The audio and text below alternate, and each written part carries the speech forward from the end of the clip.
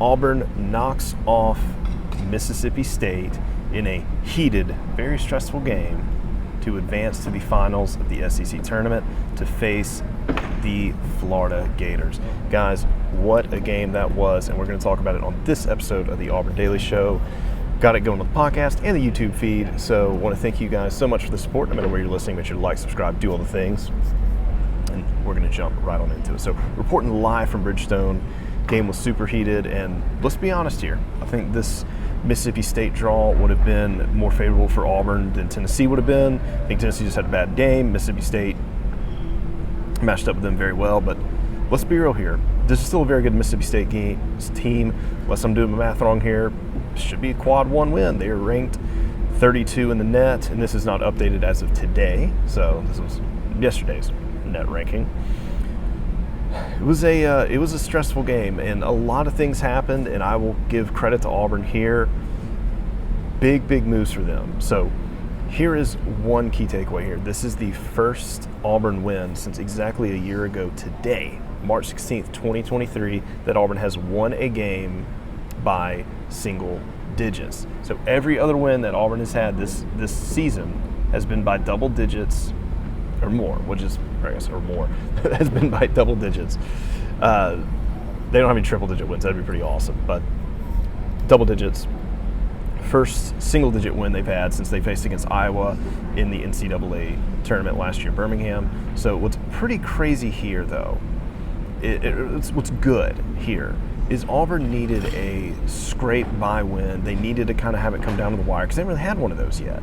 They've had some of those that have unfortunately ended in losses. So I think this is going to be good for the team because you're not going to blow every single team out of the water come time the heat of March, especially if you want to make a run. They're going to be faced up against some very, very talented teams. And this is still a good Mississippi State team. They are 21-13.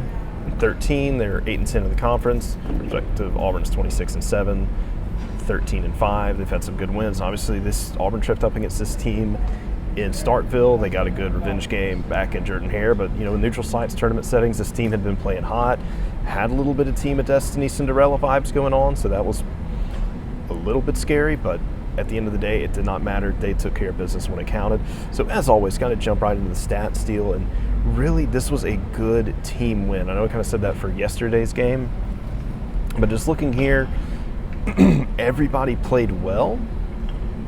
Nobody played great, and I think that's really what you want to see. I think the odd, glaring number that you see here is Aiden didn't get any points, but he also had 6 assists. So I'm going to take that stat line because he was making other people better while he was out there.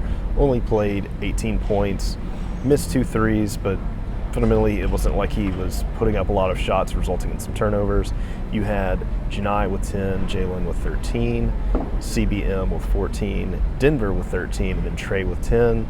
And then you had some Seymour and Dylan with 5 and 4, and then KD with 4. Now Dylan's 4, while it was just 4 points, were probably some of the most important points of the entire game just because of when they came, what the momentum did for both teams. Good for Auburn, bad for Mississippi State.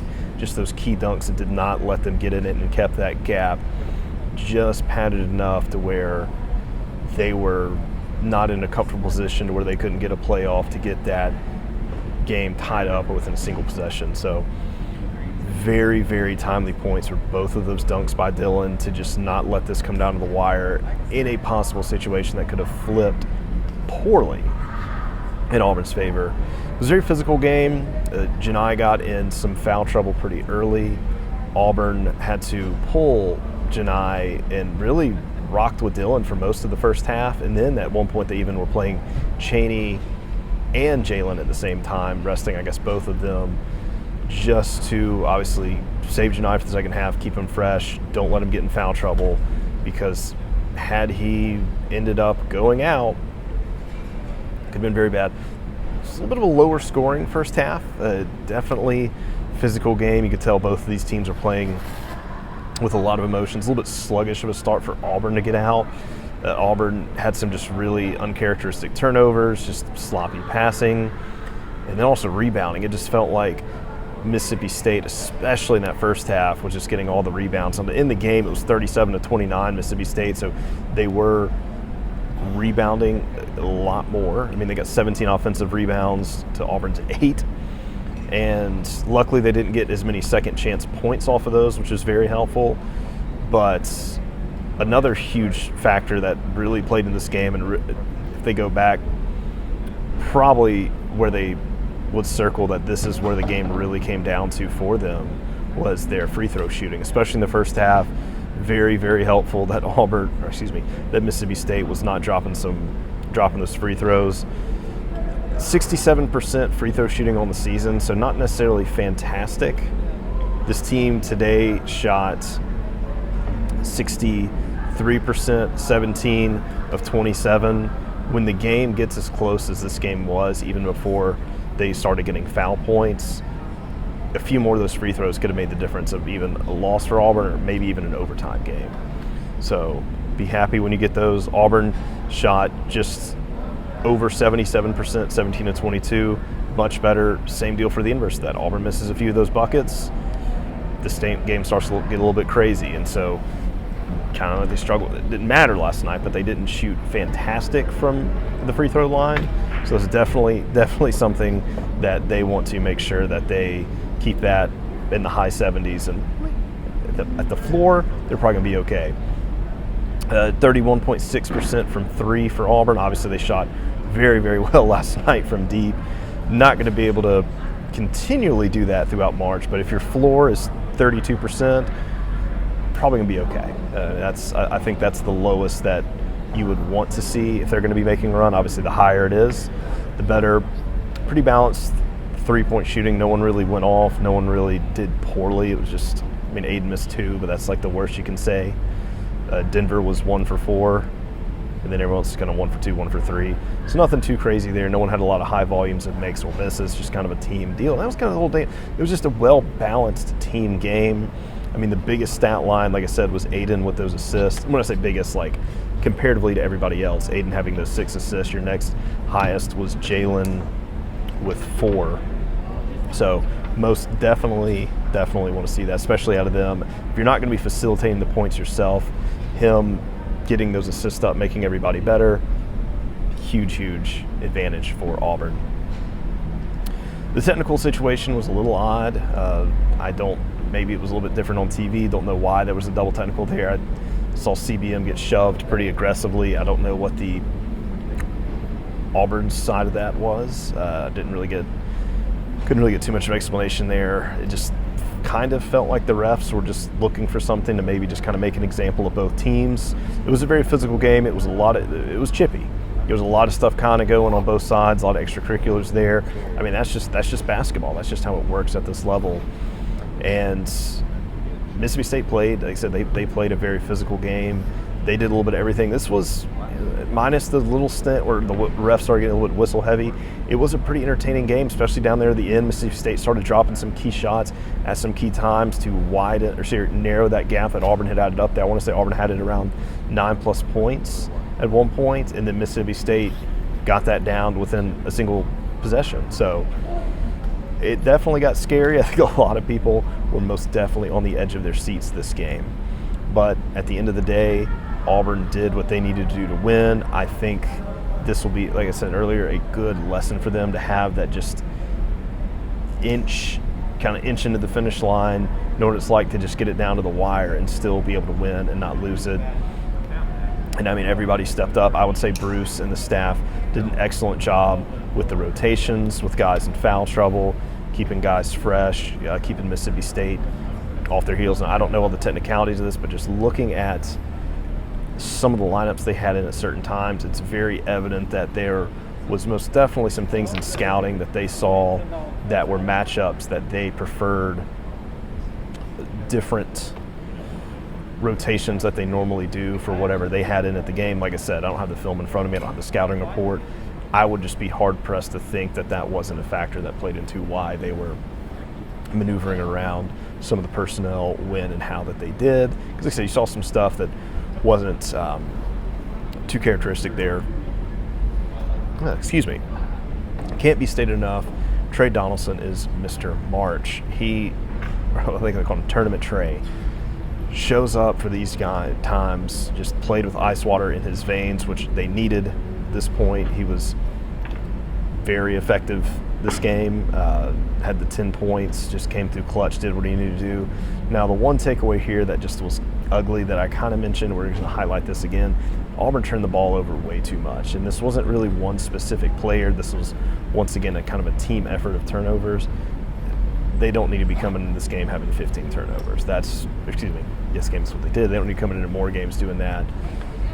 Other teams will take advantage of that. And fortunately, Auburn had enough steam to keep up with Mississippi State and not let them. Had Auburn not had turnovers like that, had they not let Mississippi State get as many rebounds as they did and second chances, I feel like this game is a little bit more wider of a margin for Auburn, and maybe they get back to that double-digit winning that they had been doing. Now, another thing that was just a little, I guess, disheartening that I noticed, it felt like Mississippi was getting a lot of points on transition. They were just getting the ball, getting down to the rim very, very quickly, just kind of sliding through the defense and getting the ball up, where Auburn just did not be able to do that a lot. And it's not really been a strength of Auburn's. They've been a lot more just pounding it in with Broome, Janai. So it's been working, so we don't want to change the identity. But we start getting some teams that have some slippery guards. That trend just makes me nervous. Now, I'm sure some of that just had to do with the fact of how the fouls are being called. It's very much kind of a damned if you do, damned if you don't, because, well, what do you do there? You play physical to not allow them to get down there. You just get a foul. And if it was or wasn't a foul, Chippy, it's just what was happening. So anyway, hope there is something that they can find in the film to kind of help get that straightened out moving forward. But overall for this game, those are some of the major takeaways for me. Very exciting matchup with Florida tomorrow. Now that game has concluded, Florida has been a team that's been playing really, really hot. I myself, and I'm sure others have been paying attention, are not shocked whatsoever about this outcome. I think a lot of people thought there may be an Auburn-Alabama final, which definitely very much could have been in the cards. This Florida team, like I said, as of yesterday, is they're ranked number 28 in the net. So they had a pretty big jump up there. Good Florida team. Not only a good Florida team, it's a Florida team that is heating up at the right time. Now, they did have a little trip-up game to Vanderbilt, which just seemed kind of odd. But this is a team that's got a handful of quad 1 wins. Now, they have some quad 2 losses and a quad 3 loss. They lost to Vanderbilt, as I mentioned just a second ago. They lost to Virginia. Yeah, moment of silence there. And then they lost to Ole Miss, which has now dropped down to a quad 2 game, or, how the mighty have fallen there. And I guess their best win of the year would have been over Auburn on the books. And then, of course, headed to the 2 wins over Alabama and then the win over Kentucky. This is, I think it's less about the wins themselves. I think it's more of when they've been having the wins and how they've been playing down the stretch here. And yeah, Todd Golden is, it's Bruce Pearl's guy. That was a former assistant of Bruce. He knows, I'm going to kind of gas him up here. Bruce told him everything he knows. Sarcasm. I'm sure he's learned a lot from other ones. But anyway, Bruce Pearl coaching tree. Love him for that. Obviously, former staffer, like when he was at Auburn. But I think this is going to be a really exciting matchup for Auburn. I think there is the element of the revenge game side of it from what happened down in Gainesville. I don't know exactly how to feel on this just yet. I'm trying to pull some stats up from the game that they had today against A&M, so we're going to do that live, kind of get a live reaction to that. 90-95. So let's just go over the points here real quick. 90-95. So 95 points, 102 points, 85 points, 105 dating back to Bama. So this team in their last 83 before that, in their last 5 games has been putting up a lot of points on teams. Now, obviously, Auburn has shown their ability to score too, but this could be a high-flying game. When they faced off the first time in Gainesville, so you remember Auburn did not do well at that point. They put 81 on Auburn. Auburn only scored 65 uncharacteristically low for this Auburn team. And just, if you remember, there's really nothing good about that. Now, it's just a tough place to play, and Auburn hasn't won a Gainesville in a really, really long time. So just, I know everybody wants that monkey off their back. But for this game here, it went back and forth, and what's scary about this one is how big of a lead that A&M had and just how quickly Florida was able to chip away at that and then end up winning the game, which just goes to show that no lead with Florida tomorrow is going to be safe. This is a literally play all 40 minutes, play to the whistle, do not feel safe with any lead until the final buzzers, gone off. And it was crazy with A&M. I kind of be worried too, because Auburn had that same situation. They played A&M at home.